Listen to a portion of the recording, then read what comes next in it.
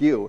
And I get to share all kinds of great things like how to turn.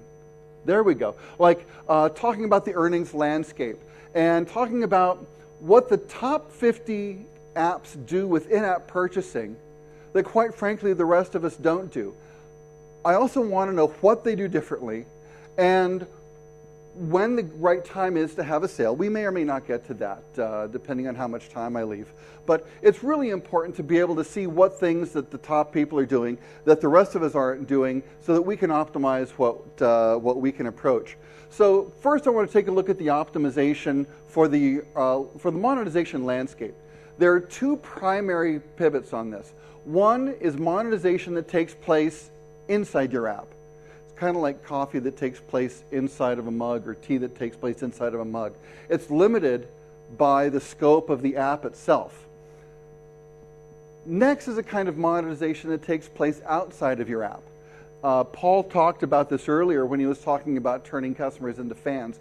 That's an almost unlimited kind of exposure you can get.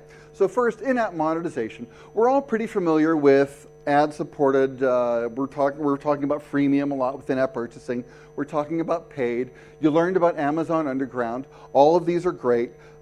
Note that only 4% of all revenue, and this is across iOS, Google Play, and Amazon, is coming from ads or from, I need to move my little thing up, is coming from ads or from paid content. All of the rest is coming from freemium and hopefully will be coming from Underground. Now, outside of your app, there are lots of different things that companies have been doing successfully to generate additional streams of revenue. They can do fundraising before their app is even launched. Kickstarter sites are a great example of that. They can get third-party content in. Again, we looked at companies that are doing utilities. We talked about blog sites, for example, WordPress. There are stores not associated with WordPress that actually sell WordPress templates. And all of this is generating buzz for WordPress, a great way to make money. Streaming video, this is what people are doing on Twitch. Those subscriptions, how many people were in here for Paul's talk previously? For those of you who weren't in here for Paul's talk, he showed a developer of Lamb Beer, and there were how many 100,000 people who subscribed to watch someone develop a game? Each of those subscribers paid $12.99. Do the math. He made a lot of money just so that people could watch him develop a game. So there's not just streaming, there's also produced video, and Pewdiepie does this. Pewdiepie, again, doesn't charge users to watch the videos, but you can bet that YouTube pays him. YouTube pays him actually quite a lot of money. So much so that his parents finally stopped yelling at him, when are you going to stop playing games and get a real job? Now, fortunately, Pewdiepie actually had millions to show for that. Next is merchandise, and we talked about that in Merch by Amazon, where with zero money up front, you guys can be producing your own t-shirts. Now, one of the things Paul didn't talk about is the question that I get a lot from developers, which is, if I'm working really hard to get a build out the door, to try to get my app on a store, why on earth would I want to spend any of my time building a t-shirt? I don't even have any customers yet. Well, precisely, because one of the problems that a lot of developers tell me that they have is awareness and driving downloads and getting that really crucial first critical mass of customers.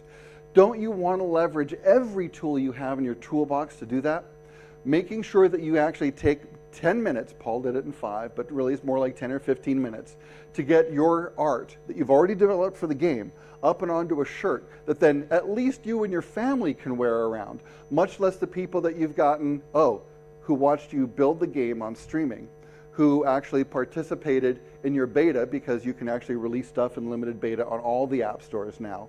All of these people can be wearing the shirts around. All of this increases engagement before you've ever launched your app, so that by the time your app launches, by taking care of the marketing and monetization opportunities outside your app, you can actually have your first 1,000 fans before your app even launches. Wouldn't it be great to have 100 4- or 5-star reviews in the App Store the day your app launches? Yeah, it would be. And trust me, the top app developers know about this. They understand that they need to turn their customers into their fans before they even launch their app, and continue that work after the app is launched. We saw merchandise with Paul. Here are some developers who are already working on developing some really cool monetization streams outside of their application. And that leads us to best practice number 1 of 5. The top developers are already creating monetization streams outside their app, which is also generating new users to come into their app even before the app is launched. All right. We talked about Amazon Underground, and we think that that's a fantastic way for some apps to try and monetize on the Amazon App Store. But I recognize that even if you do use Underground by Amazon, you still have to sell with IAP in the other app stores. So what is it about the top 50 that drives so much revenue? In other words, what are they doing with their in-app purchasing that the rest of us aren't doing with ours? First of all, I guess I owe you a little explanation. I say the rest of ours because I don't know about you, but none of my apps is in the top 50. So I say the rest of ours only out of personal frustration that I'm still not there yet. And I study this. I get paid to study this, and I still haven't gotten an app in the top 50. So that's why I'll be saying the rest of us. And so the way Amazon went about looking at how this dynamic works is, well, the way Amazon does everything. We gathered a whole bunch of data. We gathered a bunch of data, and we did a cohort study. Now, a cohort analysis is simply a fancy way of saying that we took 100 users of the top 50 apps and 100 users of apps that are analogous to the top 50. I mean, they're not the worst ones we could find, but I mean, they were sort of in the middle of similar apps. And we took 100 users, we measured them all on the day that they downloaded. We took 100 from everybody else's 50 apps and measured that. And what you do when you get that is you get on day 1, there are 100 installs of the top 50 app, and there are 100 installs of apps from the rest of us. Now, when it's installed, hey, sometimes it actually gets opened and used. Strangely, not as many as you'd think, though. Why is it only 60% of apps that are downloaded actually get used? Okay, this isn't actually a pop quiz. I don't expect you to have an answer. But how many of you have run into offer walls when you've been using an application? If you want to get 5 free faxes, just watch this video or download this app. If you download the app, sure, you may get 5 free faxes to use in the utility, but there's no obligation to open the app. So if you're not going to open the app, chances are good you're going to uninstall it. Now, right now the numbers are fairly even. These are statistically insignificant differences right now. I'll point out when they become statistically significant. So we get about the same number that are uninstalled. More importantly than the people who uninstall are the people who actually become paying users. And in the Amazon App Store, about 3% of all downloads turn into downloads that are paying users. So the graphs and numbers up here that I'm talking about, I'll call retention data. This is pretty typical, pretty standard retention data for the industry. But we wanted to dive a little deeper on that and find out how these apps are being used. So the first thing we did was collected some data on session use. We wanted to know, in the first pie chart on the left, about how many minutes does a person use an app per session. Well, for the top 50, they use it about 7.4 minutes. I know it's a little bit tough to see with the lights, but the blue over here is the top 50, and they get about 7.4 minutes per use in each session. The rest of us about 6.9 minutes of use. So it's not that different. The next pie chart, the one in the middle, is the number of sessions per day that a given user will have. So again, the top 50 apps get roughly 3 sessions per day, and we get a little bit more than 2.5 sessions per day. That's going to add up quickly, because when you actually do the math and you multiply session minutes by the number of sessions per day, what you get is the total session minutes in the big chart towards the middle. And we find out that the top 50 apps are getting about 22 session minutes a day, 22 total minutes a day, and the rest of us are only getting about 18. Keep your eye on that number. That number ends up becoming material. Now, That's great. It shows us how long people are using it and how many different engagements people have with the apps. I wanted to know how people spent in the apps. So how many people are spending? What are they spending money on? How much is it? So we took a look at that in the next set of bar graphs here. Again, the blue is the top 50. And we noticed that, there was so much disparity in the top 50 apps in terms of real numbers that we didn't get a good comparison just by comparing real numbers. So what we did was we normalized the rest of us at 100%. And by normalizing the rest of us at 100%, we can see based on a percentage basis how much better or worse the top 50 are doing. In this case, the top 50 are selling 12% more items per user than the rest of us are. Well, 12%. Okay, that's not a whole lot. Well, unless you find out that they're selling it at a 36% higher price than we are. Ugh. So if you sell 12% more stuff at a 36% higher price, your average revenue per paying user is now 54% more for the top 50 than it is for the rest of us. That's kind of a big deal on day one. Now, I don't know how many people have heard this, but I've read this in a number of articles. Never try to sell anything to someone on day one because it'll put them off.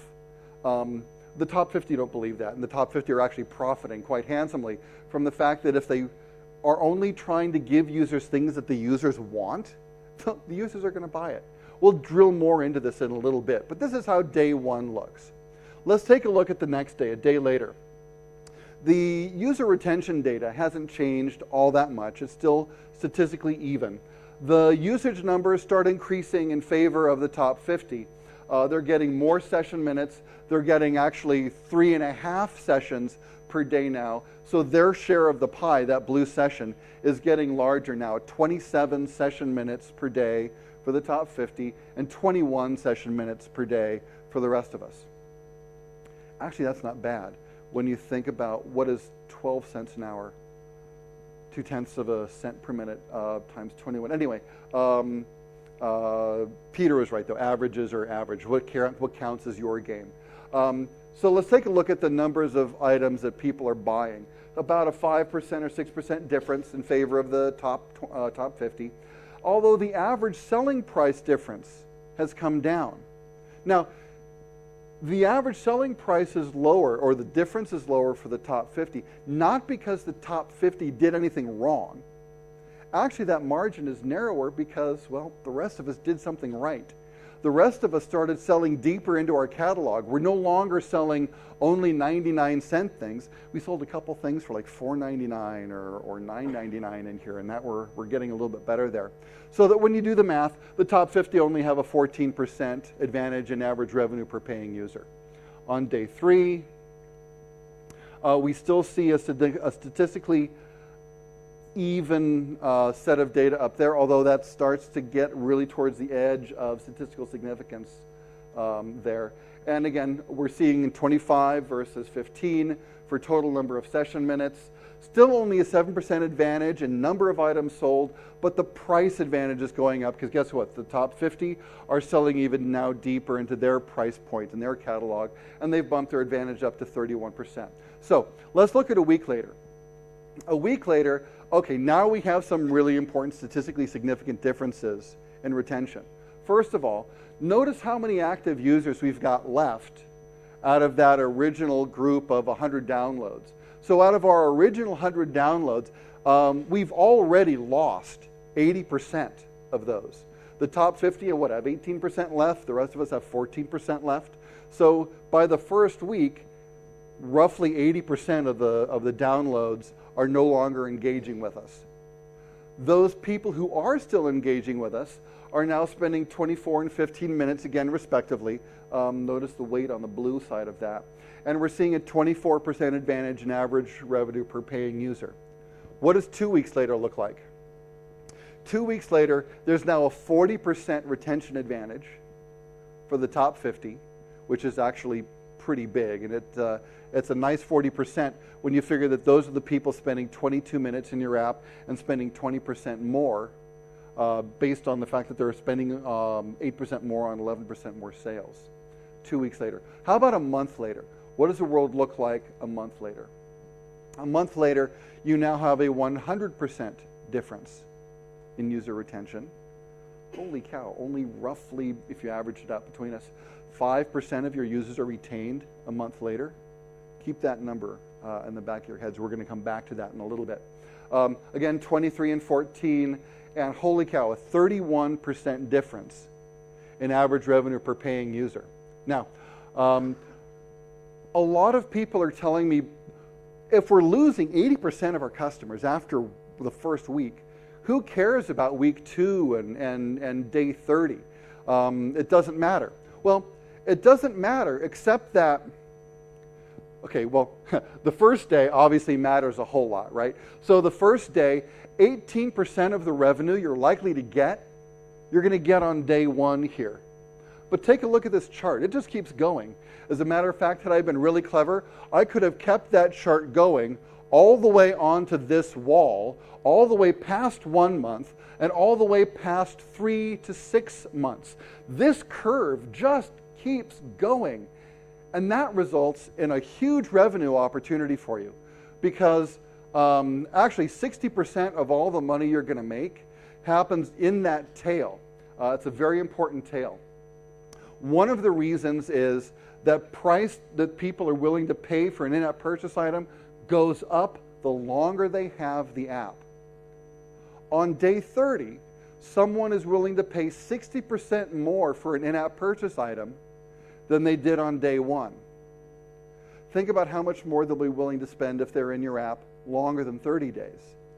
Anyway, the top 50 know this, and the top 50 leverage this when they decide which in-app purchase items from their catalog they're going to show to users. They're showing the right users the right items at the right time. More about that soon. So what did we learn from our cohort analysis, from our dive into the numbers? Well, we learned that the top 50 can sell more items to people at a higher price. Yeah, that doesn't really require a rocket scientist, does it?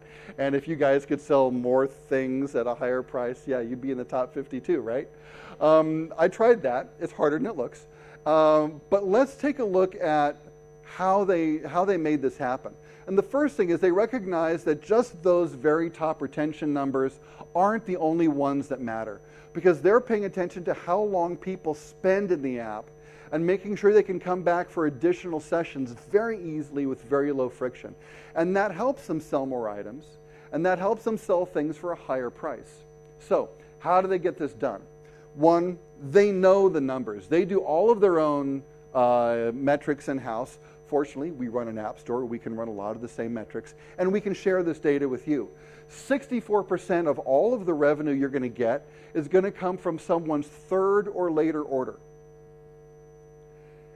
If the analytics that you're using in your fax machine, in your game, in your blogging site, if your analytics don't show you the people who have purchased 3 or more things, that's a huge hole in your analytics. Similarly, 74% of the revenue you're going to make from in-app purchasing is going to happen after the first 7 days. After 80% of the people have already dropped out of your say that 10 times quickly. After 80% of the people have already dropped out of your app, you're going to make about 74% of the money you're going to make in your title. Over half of that is going to happen after the first 30 days. So, do you have tools in whatever you're writing or planning on writing that tells you who your 30-day plus users are? Well, I hope if you don't, you go home and you do that now and look at what analytics packages will tell you about how long your users have been in the app. Because these users are gold and they need to be treated very specially. The top 50 treat them very specially with some really pretty good results. Another thing that we learned is 48% of repeat purchases happen within an hour of a previous purchase. Although I'm happy no one in the room is screaming at me right now, because a couple presentations prior to this, someone in the room stood up and said, but if the average session length is only 7.5 minutes, how could there be a repeat purchase within an hour? It has to be within 7.5 minutes. Actually, does it? No, it doesn't have to be within 7.5 minutes. It can be in a different session. That second or subsequent session is happening within an hour. So how easy is it for people to get in your app? Does it require a bunch of taps, 1 or 2 taps? If it's not easy to start a subsequent session of your app, you might be leaving that repeat purchase on the floor. Certainly you'll be frustrating customers who want to go back in and engage with your app again. 37% of customers who will ever buy anything buy something on the first day. This kind of surprised me. I thought it would be higher than that. But this goes directly to the point that Peter made in a session about what we're not calling whales anymore, but what we're calling the power user. Yeah, actually, everyone is a valuable customer because anyone could become a power user. As a matter of fact, even if they don't buy something on the first day, they could still become one of the people who contribute significantly to your bottom line. And the top 50 know that. So here's how they implement. The first thing the top 50 do is they introduce in-app purchasing when they show you the tutorial. It's true for games like this one. It's true for fax machine programs. It's true for some of the highest generating alarm clocks. Whatever you're writing, if you have in-app purchasing, show them how to use it in the tutorial. As long as it's not abusive or conveying some sort of a pay-to-win theory in the game, users don't resent this. They appreciate knowing what's there and what's available for them. As a matter of fact, in the study that we did, showing people how to use in-app purchase items inside the tutorial resulted in a 2.5 times greater conversion rate than apps that didn't show people how to do that in the tutorial. Now, once you've shown people how to buy something, it makes sense that you show them how to use it, right? Well, not really common sense when you look at the apps that are out there, but common sense for everyone who wants to get more repeat purchases. By showing people how to use what they've just purchased, you actually see a 65% higher reorder rate than those apps in our survey that didn't show people how to use what they just bought. Kind of makes sense when you talk about it in a room full of people, right? But think about your app. Does your app, right after someone purchases something, do you show them how to send that fax or use that power-up? Think about that. So tip number 2, teach people how to purchase and use the things that you've got for sale. Next, games with larger catalogs generate more money. This is true. When we took a look at apps that only had 1 to 5 items in their catalog, they actually made a significant percentage less than apps that had 6 to 10 items in the catalog. Apps that had 10 to 15 items in the catalog actually sold more and made 45% more average revenue per paying user. Now, it's really easy to misunderstand this graph, and I don't want you to walk away with the wrong impression. The people with 15 catalog items, they didn't show every single one to every single user at the same time. We've all seen those really horrible in-app purchase dialogues. You know, the one where half the catalog is below the fold and the print is so tiny you need to get your reading glasses on and it's really hard to figure everything out. No, the top 50 aren't doing that. The top 50 aren't showing all 15 items on the same page. The top 50 are only showing the items that are relevant to the customers who are seeing them. So, believe it or not, while the variety is really good in terms of the depth of your catalog, variety is terrible when it comes to the number of price points in your catalog. Why is that? It's not because $2.99 is an evil price. I mean, there's no such thing as a price you have to avoid. But think of it. If you were using an app and you could buy something for 99 cents, $1.99, $2.99, $3.99, $4.99, you might be thinking, okay, now what value do I get at $3.99 that I don't get at $2.99, or why would I ever spend $4.99? The demarcation of value between price points that are very close is very hard to establish. One of the things we found is that if a customer is confused, they're not going to buy the most expensive thing in your catalog. Actually, a confused customer isn't even going to buy the least expensive thing in your catalog. A confused customer doesn't buy anything from your catalog. So the top 50 have relatively few price points, and they're going to generate a lot more revenue because it's a whole lot easier to declare the value and to demonstrate the value difference between just a handful of price points that are fairly widely separated. Again, we saw some data that Peter showed earlier in that larger chart. So fewer price points makes it easier to drive value, and then showing the right thing to the right customer at the right time is how you move that. So taking these two graphs together, when you have a 30-day user, the top 50 apps are showing that percentage of their catalog that's more expensive, because they know that if you've been there for 30 days, you're willing to spend 60% more. So how much more are the prices of the items that they show you at 30 days? Well, if you get 60%, you're right. So they choose different things from their catalog to show you depending on how many days you've been with them. And that helps them sell more items for a higher price. Kind of nice how that works out. So I wanted to share with you a couple in-app purchase dialogues to kind of help drive the point home. This is not a bad in-app purchase dialogue. I mean, we all know what the bad ones look like. So I wanted to show you a good one. It's relatively clear. There are only 6 things here that you need to worry about. It's pretty easy to see, hey, you can get anywhere from 40,000 soft currency to 4,200,000 soft currency. You can spend 99 cents up to 60 bucks. The last 2 things there, at least they're colored differently, but I'm not really sure what they are. These things don't really look like they belong with the others, but let's not worry about that. But what I do want to ask is, how many people here have already done the math in their heads to figure out why they should get the more expensive one rather than the cheaper one? Okay, and I'm talking to a room full of engineers.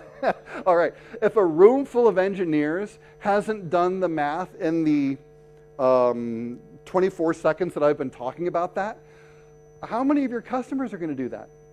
Well, better question. How many of you want to force your customers to do the math to figure out why they should spend more with you? Nah, you don't want to do that. Let me show you a different in-app purchase catalog that I like a lot better.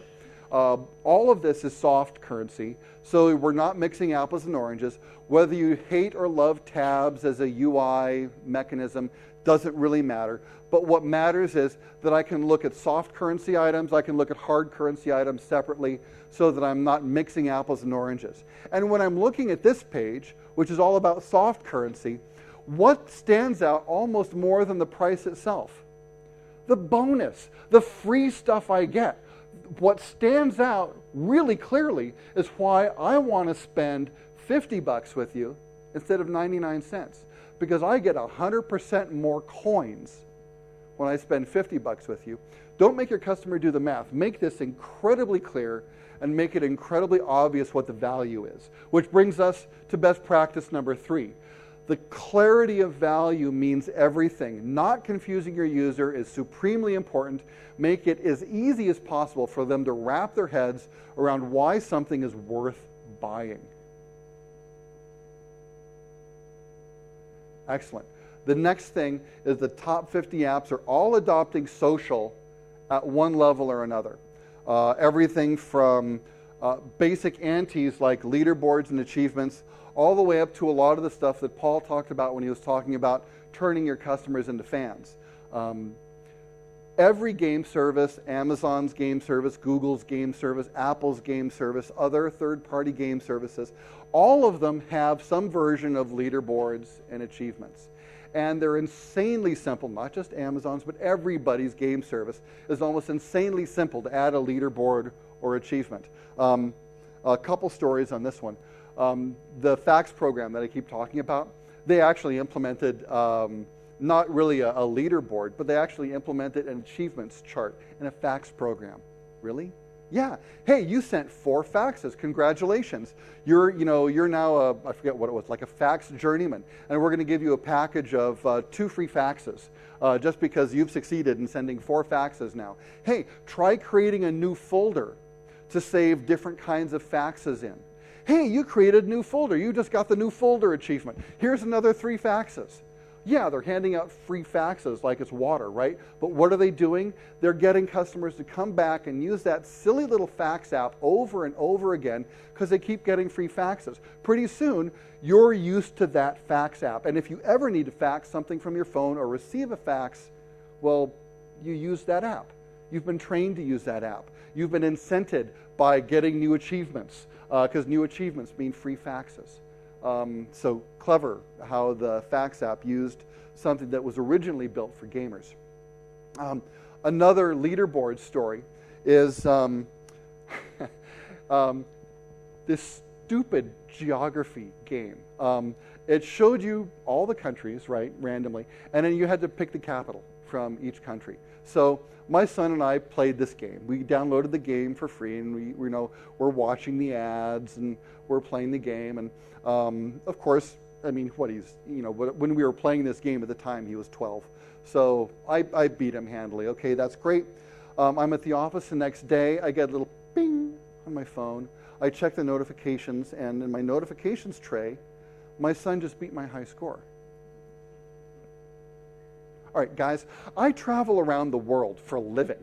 He is not beating my high score in a country capitals game. So I don't know if I was in a meeting or what I was doing, but I pulled out my phone and I played that stupid app. Any one of you could have written this app in a long weekend. I'm not kidding. It was that bad. I picked up that app and I played it until I beat his high score again. Okay, all is right with the world. Until, I think he must have had the day off from school or something. Bing, your son just beat your high score.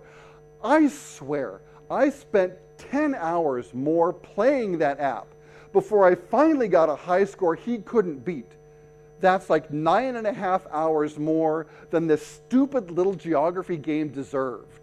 Okay, I'm never going to tell you what it is now because I think I've called it stupid 3 times. But any one of you could have written this. And the thing is, none of you would have gotten more than 10 or 15 minutes of usage if you didn't put in a leaderboard and get some dad with an ego problem who had to beat his son playing that game for 10 hours.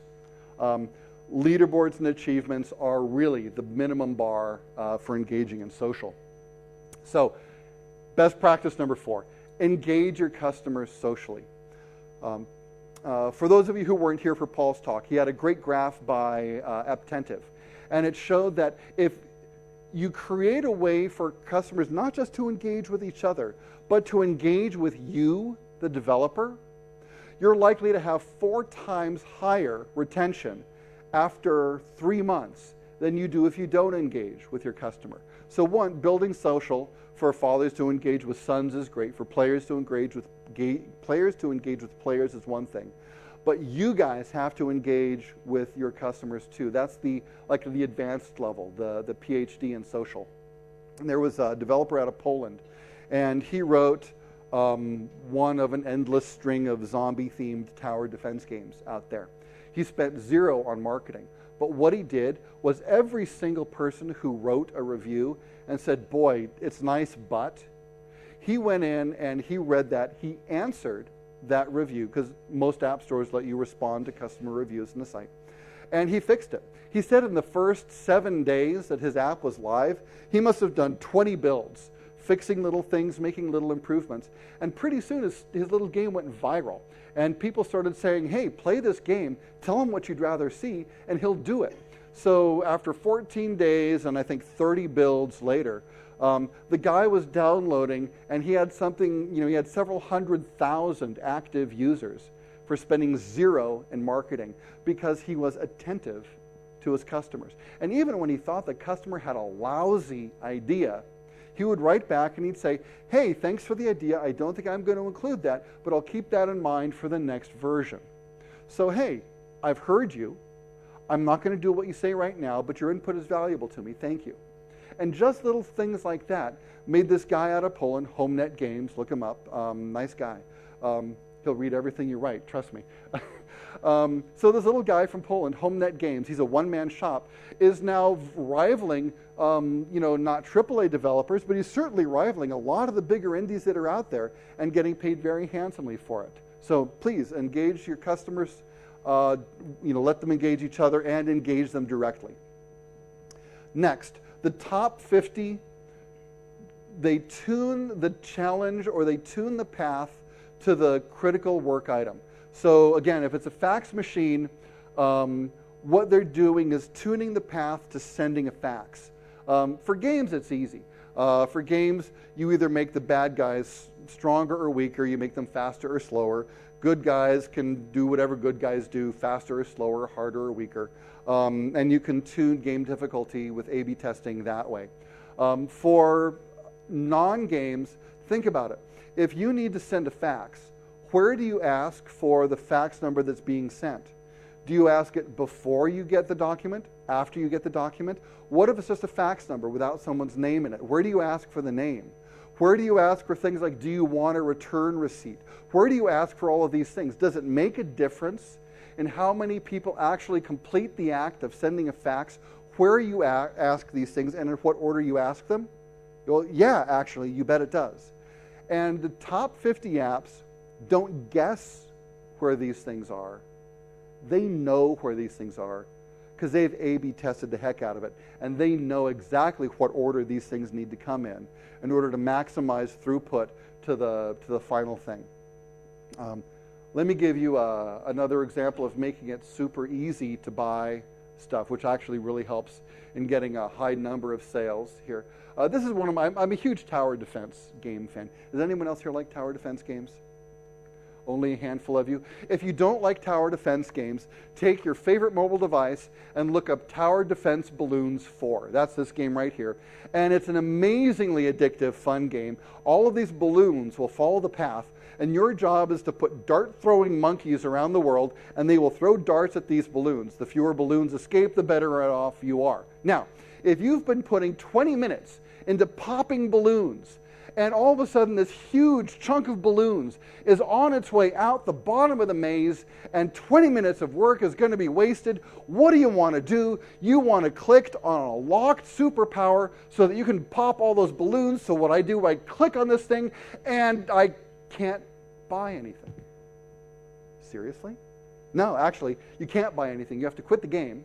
You have to go back out to the main screen, tap to get into the store, tap to get into power-ups, and then tap one more time to get the list of things you can buy. Really? I mean, if I'm going to have to quit my game anyway, well, I'm not going to buy anything. I'm just going to put my towers in a little bit different place next time, right? It turns out that Ninja Kiwi, the authors of this game, pretty smart folks. They figured that out. So what did they do on their next zombie-themed tower defense game? They made it super easy for me to spend money. Here are all the regular soft currency upgrades I can make. These is just soft currency money I get from killing zombies. Pretty standard stuff. But on the right-hand side, hard currency stuff. I actually have to spend US dollars for me to get this stuff.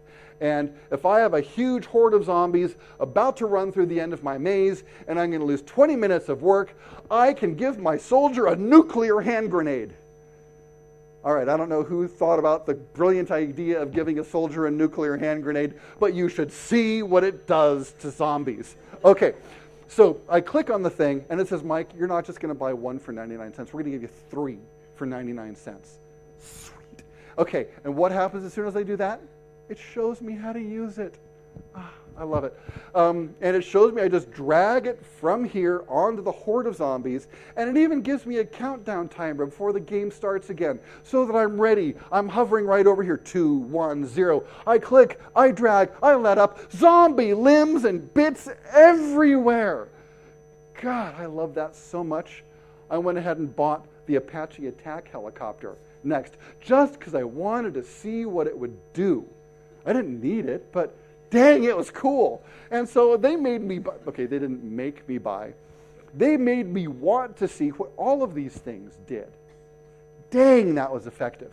And when you can make it really easy for me to get the things I want when I need them, you'll actually increase your average revenue per paying user by 75%. Which leads us to, I was going to have my next lesson here, but yes, test the effects of ad placement, A/B test that. Where you put the ads makes a big difference. If you ever disrupt someone's state of flow and gameplay with an ad, that's going to be an uninstall, almost guaranteed. If you're not sure what the state of flow is, look up Mihai Csikszentmihalyi. I'll spell that for you later.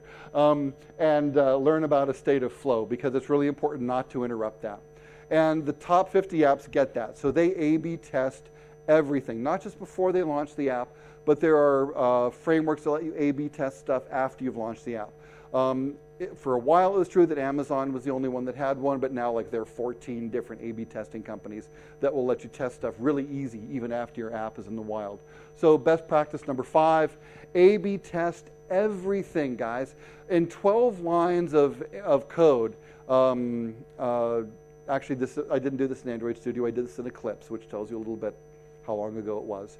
But 12 lines of code in Eclipse, I put an A/B test on a button that I could change it real time to say, buy now, okay, or don't let this pass, or limited time only. I could change the text on a button from my web browser after just 12 lines of code. There's no reason for you guys not to do this. Not knowing isn't worth it. All right. I do have a bonus one. If all of this seems like a lot of work to go through to optimize in-app purchasing, consider Amazon Underground. Paul talked about Amazon Underground a little bit, about where you get paid for every minute the user is in the app. A lot of the companies that are up here look like people who made pretty good business in IAP. They do, but they ran the numbers and they found that they actually get paid more per minute than they do on IAP, so they switched. So bonus best practice number 6 is consider getting paid by the minute. All right, here are your top 5. Go ahead and take a picture of that. Normally, I'm upset when people take their phones out and when they take pictures. I'll make an exception in this case.